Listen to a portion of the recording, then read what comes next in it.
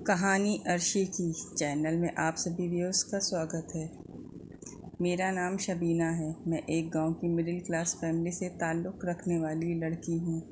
मेरा रिश्ता बचपन में ही तय कर दिया गया था। हमारे ख़ानदान में ज़बान को बहुत ही अहमियत दी जाती थी। अगर एक बार किसी ने ज़बान दे दी तो फिर चाहे कुछ भी हो जाए वह पीछे नहीं हट सकते थे। मेरे बाप दादा की ज़िंदगी गुजारने का एक यही उसूल था। मेरा पूरा बचपन गांव में दादा ने घर में ही गुजरा था और मेरे जन्म के बाद ही मेरा रिश्ता मेरे ताऊ के घर में तय कर दिया गया था। बचपन में दादा दादी के गुजरने के बाद भाइयों में कुछ उतार चढ़ाव आने लगे, मगर दादा के कहने पर फिर भी मेरे पिता के सभी भाई मिलजुल कर एक साथ रहते थे। जिस घर में मेरी बात पक्की हो गई थी, मेरे उन्हीं ताऊ के दादा के गुजरने के बाद अपने भाइयों को हर हाल में एक साथ जोड़े रखा था। फिर कुछ ऐसा हुआ कि मेरे पिता की सरकारी जॉब का तबादला शहर में हो गया और हम लोगों को शहर में आकर शिफ्ट होना पड़ा। मेरे ताऊ ने हमें शहर जाकर शिफ्ट होने की पूरी इजाज़त दे दी थी। हम लोग भी अपनी ज़िंदगी की एक नई शुरुआत के लिए शहर आ गए थे। मेरा एक भाई मुझसे बड़ा था और दूसरा भाई मुझसे छोटा। मैं दो भाइयों की इकलौती बहन थी। मेरे ताऊ और दो चाचाओं की फैमिली अब भी गांव में ही दादा के घर में रह रही थी। हम शहर से अक्सर स्कूल की छुट्टियों में ताऊ के बुलाने पर गांव चले जाया करते थे और हम सारे कज़िन्स वहां मिलकर खूब मौज मस्ती करते, धूमधाम मचाते।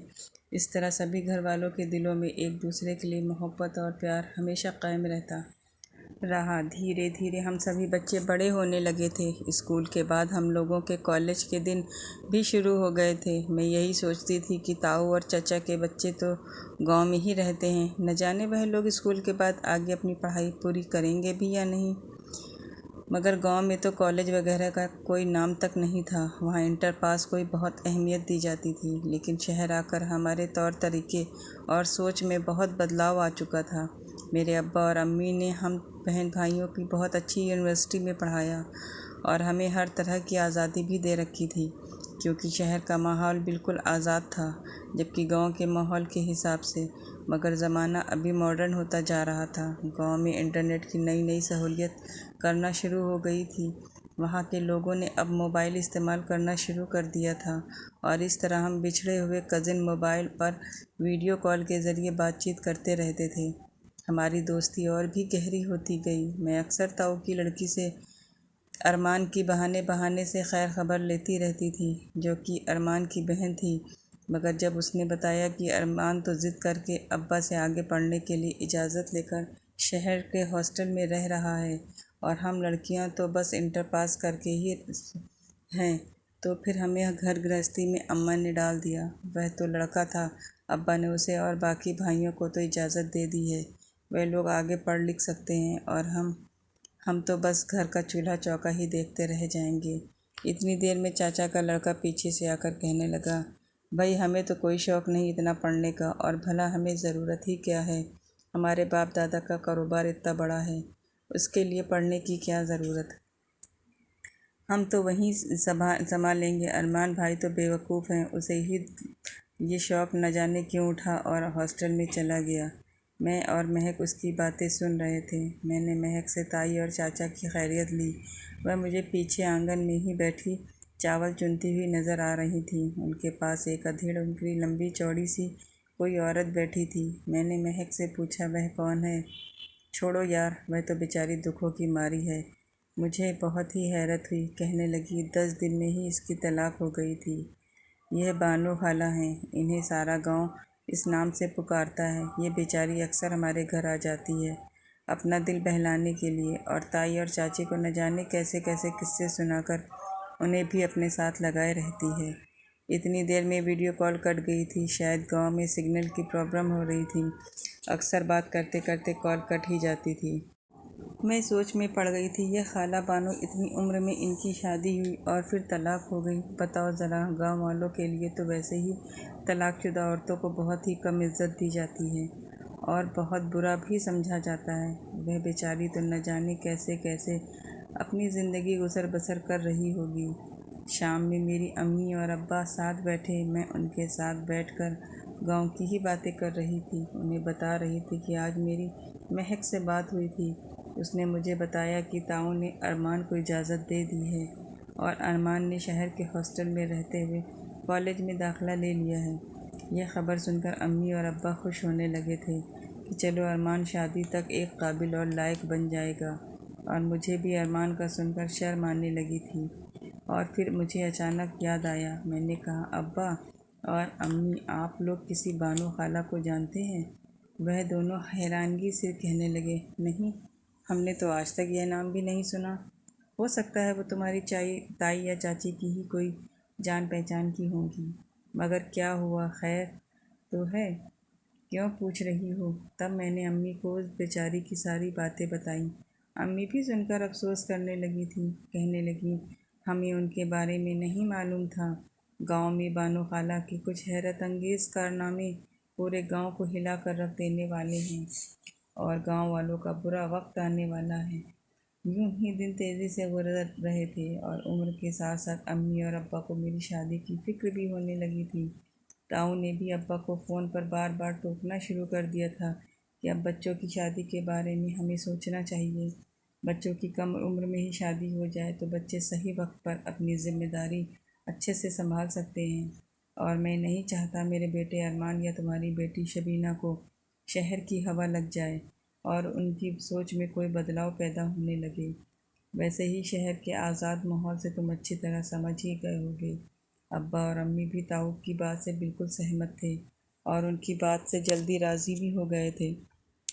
उन्होंने फैसला किया, कॉलेज ख़त्म होते ही शादी कर दी जाएगी। अगली बार जब मैं महक को फिर से वीडियो कॉल पर बात की तो महक मुझे भाभी भाभी कहकर चिढ़ाने लगी और मुझसे खूब हंसी मजाक करने लगी। इतनी देर में ताऊ और चाचा के बच्चे भी मुझे भाभी भाभी कहते हुए बातें बनाने चले आए। हम लोग खूब मज़े कर रहे थे। आज फिर मैंने बानो खाला को पीछे से ताई और चाची के साथ बैठे देखा तो मैं फिर हैरत अंगेज़ हो गई। मैंने वैसे ही महक से उनकी खैरियत मालूम की। महक ने दुखी सा चेहरा बनाकर मुझे बताया कि बेचारी की ज़मानों से बातें से तंग आकर दूसरा निकाह कर लिया था और कुछ ही दिनों में उन्हें वहाँ से भी तलाक हो गई। यह बेचारी इस गांव में बिल्कुल अकेली और बेसहारा है, इसलिए हमारे घर चली आती है। पर ना जाने ये लोग उसके दोनों पति के ही किसी राज के बारे में कोई बात कर रही हैं। जब मैं भी उनकी बातें सुनने गई तो वह चाची को कुछ बता रही थी। मैं कुछ सुन पाती उसी वक्त अम्मी ने मुझे डांट कर वहाँ से भगा दिया था कि मैं बड़ों की बातों में क्यों दिलचस्पी ले रही हूँ। मगर एक बात की बात मुझे हैरत ज़रूर है शबीना। इतनी बात कहते ही महक और मेरी बात फिर अधूरी रह गई थी, क्योंकि कॉल सिग्नल की वजह से फिर से कट गई थी और मेरा दिल बेचैन होने लगा था कि न जाने महक मुझे ऐसा क्या बताने वाली थी। क्योंकि साफ बात थी, मुझे अपने ससुराल में इस बानो खाला की मौजूदगी अच्छी नहीं लगती थी। मुझे न जाने क्यों अब उन पर शक सा होता था। मगर फिर मैं सोचती, महक सिर्फ इंटर पास है, मगर वह बहुत ही समझदार और अक्लमंद लड़की है। अगर ऐसी कोई भी बात वह बानो खाला में देखती तो वह खुद उसे अपने घर कभी ना आने देती। फ़िलहाल इस बात को काफ़ी दिन गुजर गए थे। मैं अपने एग्ज़ाम्स की तैयारी में लगी हुई थी और दूसरी तरफ मुझे फ़िक्र थी कि मेरी शादी होने वाली है। न जाने मैं कैसे वहाँ गांव के पुराने चाल चलन और माहौल में और उन सब लोगों के बीच एडजस्ट कर पाऊँगी भी या नहीं, क्योंकि शहर आने के बाद हम भाई बहन के तौर तरीके, हमारी सोच विचार सब कुछ ही बदल गया था। फिर अम्मी ने मुझे समझाया कि बेटा बेफ़िक्र रहो, वहाँ तुम्हारे साथ अरमान होगा, और मुझे यकीन है उसकी सोच भी अब तक शहर में रहने के बाद और पढ़ने लिखने के बाद बदल गई होगी। वो भी शहर वालों के जैसा ही सोचता होगा, इसलिए वहाँ तुम्हें बिल्कुल कोई परेशानी नहीं होगी। और वहाँ ताई और चाची हैं ना तुम्हारे साथ, तुम्हारा ख्याल रखने के लिए। और वैसे भी हर घर के तौर तरीके अलग होते हैं। शादी के शुरू में थोड़ी बहुत बदलाव तो आता ही है, फिर वक्त के साथ साथ हर लड़की की आदत ससुराल वालों की तरह ही बदल जाती है। अम्मी की बातें सुनकर मुझे थोड़ी तसल्ली होने लगी थी।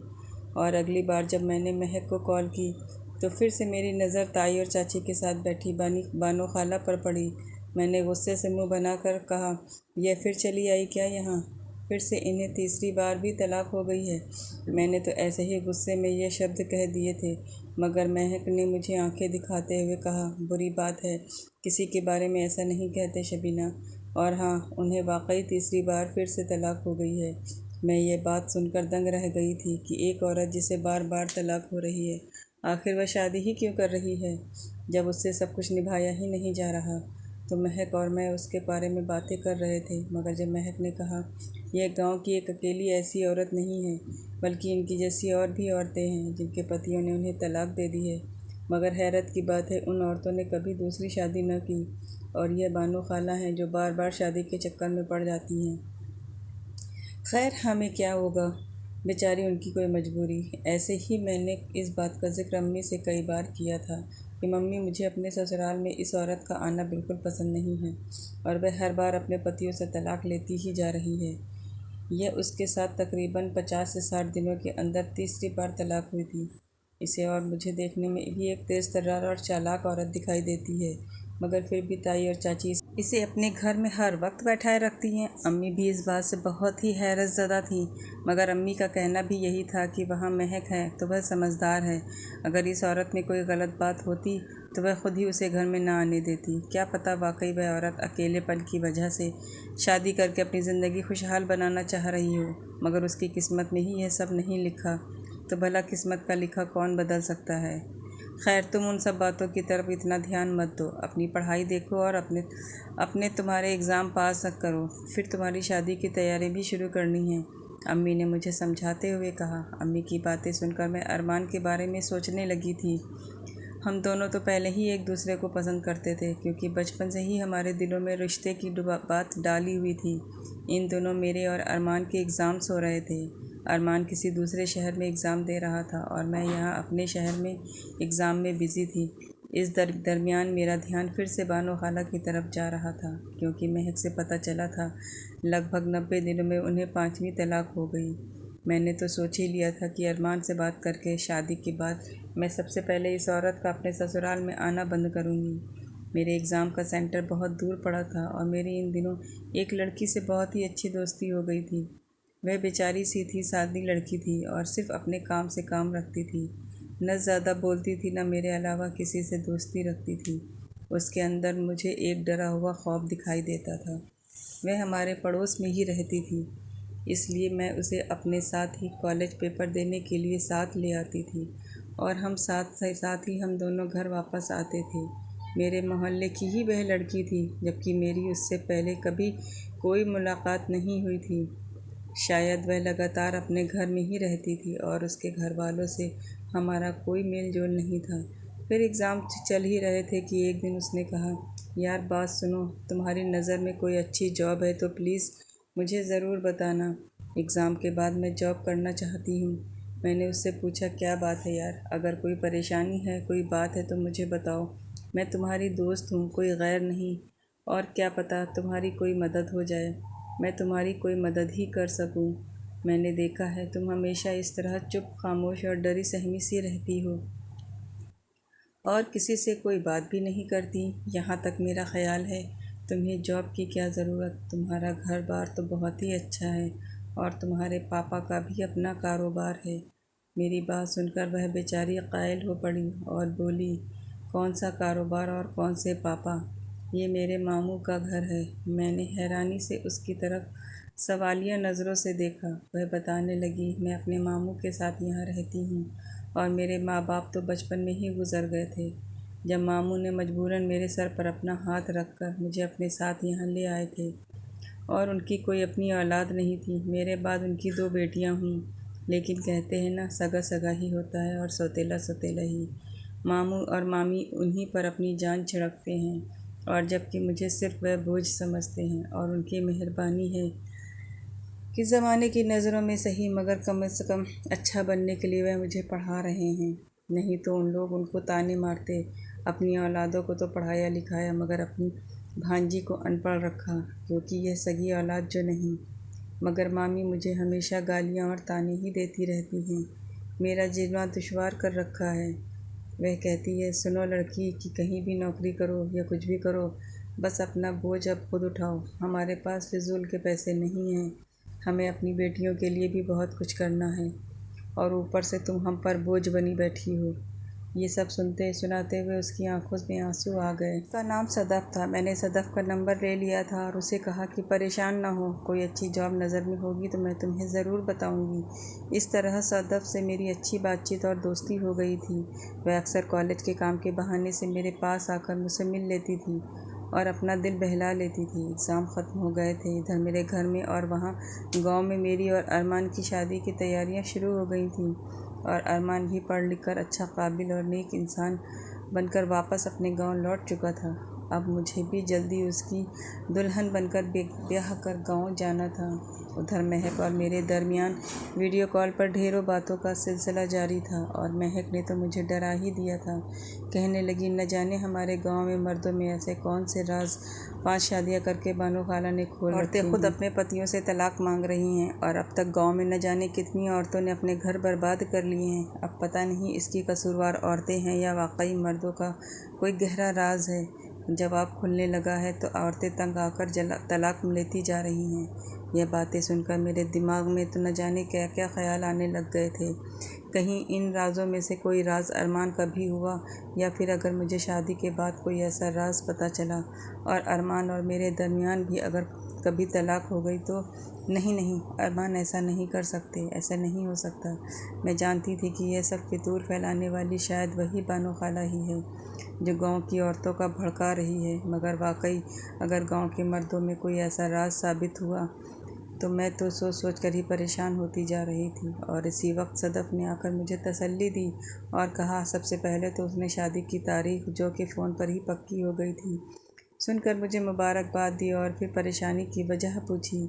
जब मैंने उसे बताया, बानो खाला के बारे में सारी बातें और गांव के हालात के बारे में बताया, उसने मुझे कहा, तुम इन बातों में जितना हो सकता है दूर रहो और यह तुम्हारे लिए बेहतर होगा। मत सोचो इस बारे में ज़्यादा, अपनी इस शादी की तैयारी में ध्यान दो। और ये तुम जानती हो मैं तुम्हारी शादी में नहीं आ सकती क्योंकि शायद तुम्हारी शादी गांव में ही होगी और वहाँ के लिए मामू मामी मुझे इजाज़त नहीं देंगे। मगर हाँ, किस्मत में अगर कभी मेरा गांव आना लिखा तो तुम्हारी उस गांव की बानो खाला मेरे हाथों से बच नहीं सकेगी। मैं सदफ की मजाकिया बातें सुनकर हंस पड़ी थी। सदफ को जब से मेरे भाई के ज़रिए जॉब मिली थी अब वह खुश खुश रहने लगी थी और उसकी मामी ने भी उसे परेशान करना कम कर दिया था क्योंकि वह अपना खर्च अब खुद उठाने लगी थी। मुझे तो सदफ अपने बड़े भाई के लिए बहुत ही पसंद थी और अम्मी और अब्बा को भी इस बात से कोई एतराज़ नहीं था। हमने मेरी शादी के बाद इस रिश्ते की बातचीत करने का सोचा था। इस रिश्ते से सदफ को भी कोई इनकार न था, मगर उसके मामा और मामी से वह डर रही थी। अम्मी ने फ़िलहाल तो थोड़ी बहुत सदफ के घर जाकर उसके मामा और मामी को इस रिश्ते का जिक्र कर दिया था। उन्होंने कह दिया था कि हम सोच कर जवाब देंगे। इधर दूसरी तरफ हम लोग गांव के लिए सारा सामान वगैरह लेकर रवाना हो गए थे। शादी की सारी ही तैयारियां गांव में ही होनी थी क्योंकि हमारा सारा ही ख़ानदान और रिश्तेदार सभी लोग गांव में ही रहते थे। शादी की तैयारियां शुरू हो गई थीं और धूमधाम से अच्छे से मेरे सभी कज़िन और भाइयों ने मुझे विदा करने की, अपने घर भाभी बनाकर लाने की खूब तैयारियां कर रखी थी। अरमान और मैं अपने आने वाली ज़िंदगी की शुरुआत करने को अपनी आंखों से हज़ारों ख्वाब सजाए बैठे थे। और फिर शादी की सारी रस्में धूमधाम से हुई और निकाह के बाद विदाई करके मुझे अपने ससुराल में भाभी बहू और दुल्हन के रूप में विदा करके लाया गया। घर में सभी लोग बहुत खुश थे और मगर मेरी दोनों चचियों का रवैया मुझे पूरी शादी में बहुत अजीब सा महसूस हुआ, जैसे वह बिल्कुल भी खुश न थी, सिर्फ सबके सामने खुशियों में शामिल होने का नाटक कर रही थी। मगर मैंने उनके अफसोसनाक चेहरे पढ़ लिए थे। सब कुछ अच्छा चल रहा था और मैं उस घर में नई नवेली दुल्हन थी। मुझे शादी हुए 2 महीने गुजर गए थे मगर चाचा और चाचियों के रवैये, बच्चों के लड़ाई झगड़े बढ़ते ही जा रहे थे। मेरी समझ से बाहर था कि झगड़ों की असली वजह क्या थी। फिर एक रोज़ हमारे घर के आंगन में ताई के साथ कोई बैठा था। मुझे लगा उनकी कोई जान पहचान की ख़ास मेहमान आई हैं। मैंने उनके लिए चाय नाश्ता तैयार किया और लेकर वहाँ चल पड़ी। मुझे महक ने फ़ौरन ही रोक कर कहा, कहाँ चली? ये सब लिए मैंने कहा, वह ताई के कोई मेहमान हैं, उनके लिए लेकर जा रही हूँ। महक हंस पड़ी और बोली, जानती हो वो कौन है? मैंने ना में सर हिलाया। महक ने कहा, तुम्हारी दुश्मन बानो खाला बैठी हैं। मेरा चेहरा तो फक पड़ गया था। बहरहाल मैं नाश्ता लेकर चल पड़ी। क्योंकि ताई से मैं चाय नाश्ता लाने का बता चुकी थी। आज पहली बार था जब मैं बानो खाला के सामने पहली बार रूबरू हुई थी। वैसे अक्सर मैं दूर से ही उनकी सिर्फ झलक देखा करती थी। चेहरे से तो मुझे वह बहुत ही शातिर और ख़तरनाक दिख रही थी। मेरे सर पर हाथ रखते ही कहने लगी, जीती रहो बहू, बहुत खूबसूरत है। वैसे तुम्हारी ताई कहने लगी। मेरा तो दिल ज़ोर ज़ोर से धड़कने लगा था और मैं फ़ौरन ही वापस किचन में चली आई थी। उस वक्त महक भी मुझे डरा हुआ देखकर हंसते हुए आई और बोली, अरे तुम तो ऐसे डर रही हो जैसे तुम्हें खा जाएंगी। फिर मैं उनके बारे में बातें करने लगे। हमें तो पहले दिन ही यह बानो खाला का आना पसंद नहीं था। महक ने जब उनकी 5 शादियों और तलाक का बताया तब से मेरा दिल और भी ज़्यादा डरा हुआ था। महक की एक और बात ने मुझे बेहद बेचैन कर रखा था कि उनके गांव आते ही और उनकी तलाक होने से ही गांव हर 2 घर छोड़कर एक घर में लाजमी तलाक होती है। शायद वही मर्दों के किसी राज का चक्कर है। मैं किचन के काम निपटाकर अपने कमरे में जा रही थी कि अचानक मेरी नज़र छोटी चाची के कमरे पर पड़ी। अंदर बानो खाला मौजूद थी और चाची कुछ छुप कर उनसे बातें कर रही थी। फ़ौरन ही डर के मारे वहाँ से निकल पड़ी थी। मगर दूसरे ही दिन जब चाची ने पूरे घर में एक हंगामा मचा रखा था और सबके सामने अपने पति से तलाक मांगने लगी तो हम सबके पैरों तले ज़मीन ही निकल गई थी। उन छोटे मोटे झगड़ों ने आज ये नौबत आ गई थी कि चाची ने तलाक ही मांग ली। चाची ने बताया कि चाचा का किसी और औरत से कोई रिश्ता है और यह उनका राज खुल चुका है। अब उन्होंने मुझे हर हाल में छोड़ना ही होगा। यह सुनकर सब ने चाचा को सवालिया नज़रों से घूरना शुरू कर दिया, मगर चाचा तो अपनी गलती मानने को तैयार ही नहीं थे और कह रहे थे, यह औरत मुझ पर झूठा इल्ज़ाम लगा रही है, शायद पागल हो गई है। इस उम्र में भला मैं ये सब करूँगा?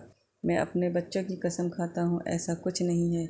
मगर चाची तो गुस्से में पागल हुई जा रही थी और बिना कुछ सोचे समझे वह अपना सामान उठाकर घर छोड़कर मायके चली गई थी। हमने चाची को समझाने की बहुत कोशिश की, लेकिन वह नहीं रुकी। मैं और महक एक दूसरे को देख रहे थे क्योंकि हम जानते थे यह सब क्यों हो रहा है। इसी तरह 10-12 दिन बाद दूसरी चाची ने भी घर में हंगामा मचाया हुआ था और कहा, चाचा ने उनके साथ फरेब किया है, उनके मायके के सारे जेवर बेच डाले और वह चोरी डकैती का काम करते हैं। वह एक धोखेबाज हैं। मैं उनके साथ नहीं रह सकती, मुझे तलाक चाहिए। दूसरी चाची भी अपने घर जा चुकी थी। इधर मेरा दिल बहुत ही सदमे में था कि यह सब मेरे ससुराल में क्या हो रहा है। मुझे बहुत ताज्जुब था कि दोनों ही चाचियों को मैंने बानो खाला से बातें करते सुना था और आज दोनों ही घर छोड़कर चली गईं। मेरे दोनों ही चाचा तलाक देने को राज़ी नहीं थे और कहते थे कि दोनों का दिमाग ठिकाने आ जाएगा तो खुद ही घर वापस आ जाएंगी। लेकिन मेरा दिल कह रहा था चाची अब नहीं लौटेंगी, क्योंकि उनके साथ ज़रूर कुछ ऐसा हुआ है। मुझे ऐसे ही एक दिन बैठे बैठे अचानक सदफ़ की याद आई तो उससे फ़ोन पर वीडियो कॉल की, उससे खैरियत मालूम की और उसने भी मुझसे मेरी ससुराल की खैरियत पूछी। तब मैंने उसे यहाँ बानो खाला से लेकर चाचा चाची के झगड़ों की बातें बताईं और जो कुछ भी हुआ सब बता दिया। इतनी ही देर में मुझे बाहर से बानो खाला की आवाज़ आने लगी। वह फिर से शायद एक नया फसाद फैलाने आ चुकी थी। इधर अचानक सदफ़ ने कह दिया था कि कभी मौका लगे तो मुझे बानो खाला से ज़रूर मिलवाना। मैंने सदफ़ से कहा। कहने पर ऊपर ही खड़े होकर नीचे आंगन में बैठी दूर से बानो खाला की तस्वीर खींचकर सदफ़ को भेज दी। मगर मुझे नहीं मालूम था ऐसा करने से क्या क़यामत आन पड़ेगी। सदफ़ ने कि फ़ौरन ही कॉल कट होकर बिल्कुल ही गायब हो गई थी और उसके बाद 2 महीने गुज़र गए थे, मगर मेरी सदफ़ से कोई बात नहीं हो सकी थी। और अम्मी से भी मैंने कई बार पूछा, मगर उन्होंने भी यही बताया कि सदफ़ कुछ दिनों से अपने घर पर नहीं है, न उससे इन लोगों की कोई बात होती है। इधर बानो खाला ने अपना अगला शिकार चुन लिया था। मुझे भी अब बानो खाला अच्छी लगने लगी थी। शायद मैं उनके बारे में गलत सोच कर बैठी थी। वह तो बेचारी वाकई किस्मत के हाथों मजबूर, दुखी की मारी 5 बार तलाकशुदा थी। मगर जब जब उन्होंने अपनी दुख भरी कहानी के किस्से मुझे सुनाए तो वाकई मुझे वह बेकसूर दिखाई दी और सारा कसूर मुझे मर्द ज़ात का ही महसूस हुआ, क्योंकि वाकई भी यह गाँव के मर्द ख़ासकर ज़मीन जायदाद वाले अच्छे किरदार के नहीं होते। यह चालाक और कड़क मर्द औरतों को बेवकूफ़ बनाते हैं, प्यार से बहला फुसलाते हैं और उनके पीछे गैर औरतों से रिश्ते बनाते हैं। मेरी भी अरमान से उन दिनों कुछ अच्छे संबंध नहीं चल रहे थे। बात बात पर मेरी अरमान से लड़ाई हो जाया करती थी और हमारे दरमियान अब दूरियां बढ़ती ही जा रही थीं। फिर न जाने क्यों मेरा दिल अरमान पर शक करने लगा था, क्योंकि वह रातों को उठ उठ कर किसी पराई औरत से फ़ोन पर चुप से बातें किया करता था। और मुझे लगने लगा था अरमान भी अपने गांव के बाकी मर्दों की तरह है, क्योंकि आखिर वह भी तो इसी गांव का जमींदार का बेटा है। और फिर ताऊ ने भी तो बरसों पहले ताई से बेवफाई की थी। उस वक्त तो दादा सब कुछ संभाल लिया करते थे और ताऊ को अपनी गलती का एहसास दिलाकर मामला संभाल लिया करते थे। और दूसरी तरफ हमारे दोनों चाचा ने भी तो चाचियों के साथ धोखा किया है। इसका मतलब बानो खाला अपनी जगह बिल्कुल सही हैं। उनके साथ भी उनके सभी पतियों ने ऐसा किया है। मेरी बात भी शक के बिना पर इतनी बिगड़ गई कि मैंने अरमान से झगड़े करना शुरू कर दिए थे। और हमारे झगड़े सब इतने बड़े हो गए थे कि मुझे भी अब अरमान से तलाक लेने की तमन्ना जाग गई थी। उन्हीं दिनों हमारे घर सदफ मेरी मम्मी और अब्बा के साथ आ गई थी। उसे देखते ही मैं बहुत खुश हो गई थी, लेकिन अम्मी और अब्बा को देखते ही मुझे रोना आ गया था और उनसे गले मिलकर मैं रोने लगी थी और सारी अरमान की शिकायतें उनसे लगा दी थी। मगर तभी अम्मी और अब्बा ने बताया, हम तुम्हारे ताऊ और ताई के कहने पर ही यहाँ तुमसे मिलने आए हैं। मैं दंग रह गई थी, ये सब क्या हो रहा था, क्योंकि कुछ दिनों से बानो खाला ने तो यहाँ आना ही बंद कर दिया था। लेकिन सदफ का सब्र अब जवाब दे चुका था। वह मुझसे लिपट कर रोने लगी और कहने लगी, बानो खाला और कोई नहीं, मेरी ही माँ है। मैं तो सुनते ही चौंक पड़ी थी। उसने बताया कि बचपन में जब वह बहुत छोटी थी, उसके मामू मामी ने उसे गोद ले लिया था, मगर उसने यह नहीं बताया कि उसके माँ बाप मर चुके हैं। मगर जब उस दिन मैंने बानो खाला की तस्वीर देखी तो मेरे होश ही उड़ गए थे। उसकी माँ तो ज़िंदा है, मगर जब उसके मामू और मामी पर शक किया तो उनके बारे में सारी मालूमात की तो पता चला मेरी माँ और मामू सगी बहन भाई नहीं थे। और सदफ़ के नाना नानी ने सारी जायदाद, पैसा, घर, कारोबार सब कुछ अपनी बेटी के नाम कर दिया था। जब सदफ़ की माँ ने भागकर शादी की और किस्मत के हाथों उन्हें धोखा मिला, वह सदफ़ की माँ को तन्हा अकेला छोड़कर चला गया था और उन्हें तलाक दे गया था। सारा पैसा तो वह पहले ही हड़प कर चुका था। जब सदफ़ की माँ ने अपना दिमाग का संतुलन खो दिया था तो वह साइको मरीज़ बन गई थी। और इस तरह सदफ़ की पैदाइश पर मामू और मामी को अपने साथ ले आए थे और उसकी माँ को पागल खाने में दाखिल करवा दिया था। और सदफ़ की सारी दौलत, जायदाद, सब कुछ सब उन्होंने अपने नाम कर लिया था। और यही वजह थी कि सदफ़ को उसके अपनों ने अपने साथ रखा हुआ था। इसके बाद सदफ़ की माँ कब पागल खाने से फ़रार हुई और इस गांव तक पहुंच गई और यहाँ की औरतों की शादीशुदा ज़िंदगियों को उन्होंने खुद से जोड़ लिया और ख़ुद भी इसीलिए बार बार शादी करती रहीं। और जब कभी दौरे पड़ते सदमे से उन्हें यह बात याद आता तो उनकी दिमागी हालत का उनके पति को पता चल जाता था, इसलिए वह उन्हें तलाक दे देते थे। फिर वह नॉर्मल हो जाती थी। हर बार वह इसी तरह साइकोपन की वजह से अपनी शादी करती रही और उनके दिमाग में मर्दों की ऐसी तस्वीर बन गई थी जो वह हर औरत को भड़काती थी। और तुम्हें और सभी को अपने पतियों को वही राज नज़र आते थे जो बानो खाला बताने लगी थी, क्योंकि गांव की औरतें भी पढ़ी लिखी और समझदार न थीं, इसीलिए वह दूसरों की बातों में जल्दी आ जाती थी कि वाकई हर मर्द एक जैसा होता है, और अपने पतियों से लड़ झगड़ कर तलाक ले लेती रही। मगर अरमान के चाचा ने यह बेवकूफ़ी न की और न ही अरमान ने अपनी अपनी पत्नियों को घर वापस लाकर खुशी खुशी रखते थे, क्योंकि बानो खाला का राज सदफ़ खोल चुकी थी। सदफ़ ने पत्थर दिल बनकर अपनी माँ को वापस ही पागल खाने इलाज के लिए भेज दिया था और कुछ ही दिनों में सब कुछ ठीक हो चुका था। मैंने भी अरमान से माफ़ी मांग ली थी और हमने भी सदफ़ को अपने बड़े भाई के लिए तो मांग ही लिया था और दोनों की भी जल्दी शादी हो गई थी। दूसरे की बातों में आकर अपने अच्छे खासे रिश्ते को बर्बाद नहीं करना चाहिए। मेरे और अरमान के बीच जो आग बानो खाला ने लगा रखी थी वह आग बुझ चुकी थी और सब कुछ पहले की तरह ठीक हो गया था। दोस्तों, उम्मीद करती हूँ आपको हमारी कहानी पसंद आई होगी। कहानी पसंद आई है तो वीडियो को लाइक करें, चैनल पर नए हैं तो चैनल को सब्सक्राइब करें और हाँ, नोटिफिकेशन बेल को ज़रूर दबाएँ।